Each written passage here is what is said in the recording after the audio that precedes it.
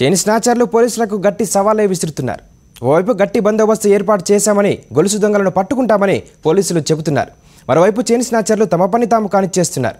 హైదరాబాద్లోని వనస్థలిపురం హైకోర్టు కాలనీలో ఈ ఉదయం ఇద్దరు చైన్ స్నాచర్లు రెచ్చిపోయారు.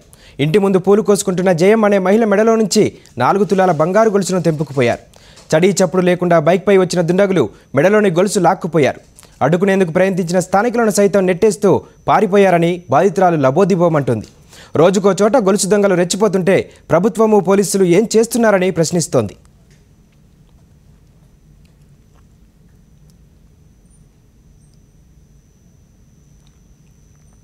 ఇక్కడ మందార చెట్టు ఉన్నదండి, ఇది రోడ్డు. ఇట్లా వచ్చిన ఇక్కడ మందార పూలు ఉంటే ఇట్లా తెంపుతున్నా అంతే. బండి చప్పుడు కూడా కాలేదు, అసలు ఏం కాలేదండి. బాగా వచ్చిండు. ఓ ఏ బండో ఏదో బండి అంటారు అక్కడ ఉన్నారు. ఎంతమంది వచ్చారండి? ఒక్కడు వచ్చే గుంజిండు, ఇంకొకటి బండి మీద ఉన్నట్టు ఎక్కి ఉరుకుతూనే ఉన్నారు అంతే.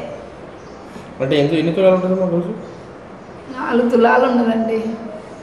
పుస్తలు తాడా అండి? అది పుస్తలు తాడు అన్నీ పోయి. అంటే మీరు పూలు తెంపుతున్నారా? పూల పోయి ఎక్కడ దేనికి వెళ్ళారు? పూలు తెంపుతా ఉంటే గుంజుకొని పోయిందండి అంతే.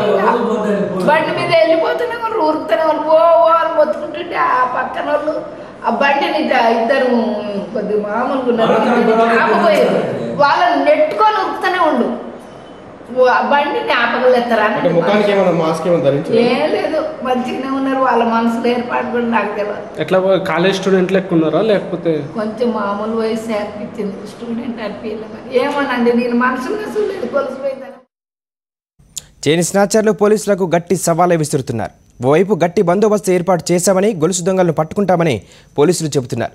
మరోవైపు చైన్ స్నాచర్లు తమ పని తాము కానిచ్చేస్తున్నారు. హైదరాబాద్లోని వనస్థలిపురం హైకోర్టు కాలనీలో ఈ ఉదయం ఇద్దరు చైన్ స్నాచర్లు రెచ్చిపోయారు. ఇంటి ముందు పూలు కోసుకుంటున్న జయం అనే మహిళ మెడలో నుంచి 4 తులాల బంగారు గొలుసును తెంపుకుపోయారు. చడీ చప్పుడు లేకుండా బైక్పై వచ్చిన దుండగులు మెడలోని గొలుసును లాక్కుపోయారు.